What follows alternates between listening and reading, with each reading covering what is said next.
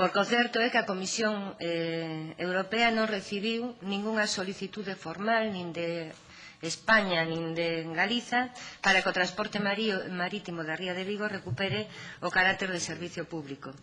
Unha reclamación que é un clamor tanto na parte da Península do Morrazo como na parte de Vigo. O novo regulamento europeo obriga a Administración española a demostrar con suficientes elementos que, para poder consideralo outra vez un servicio público, tres cuestións lle pide.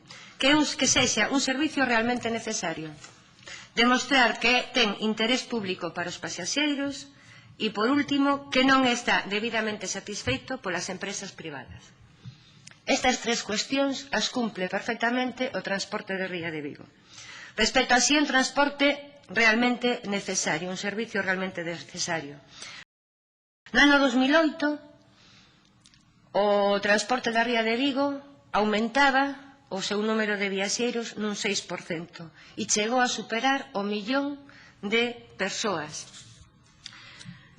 O transporte da Ría era o medio máis utilizado en aquel momento para trasladarse entre Vigo e Cangas.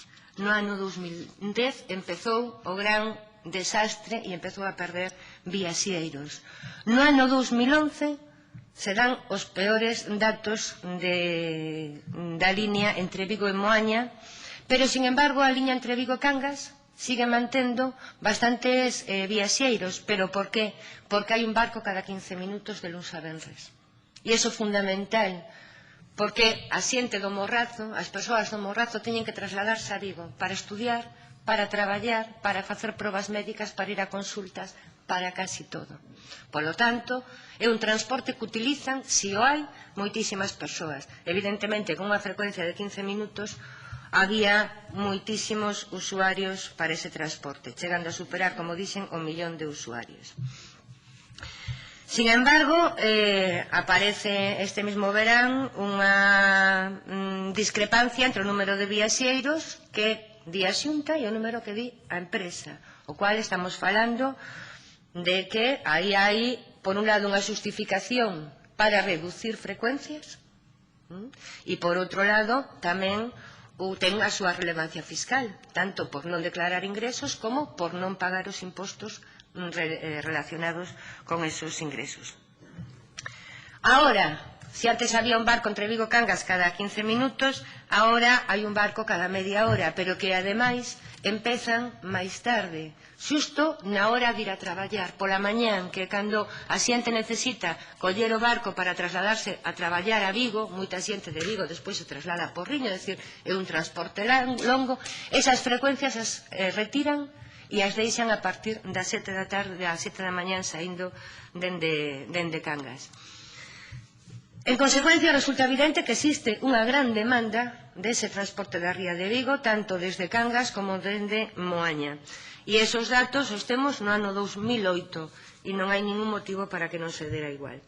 En canto que si é un servicio de interés público para os pasaxeiros, en total, entre Cangas e Moaña, hai unha población de 45.000 persoas, había no ano 2013 censadas, 45.000 persoas, das cales maioritariamente teñen que trasladarse a Vigo ou diariamente de luns a venres ou durante temporadas para asistencia a médicos e, bueno, pues visitas de familiares en hospitais, o que require unha vida normal se houbera un hospital no Morrazo, por exemplo, que non hai.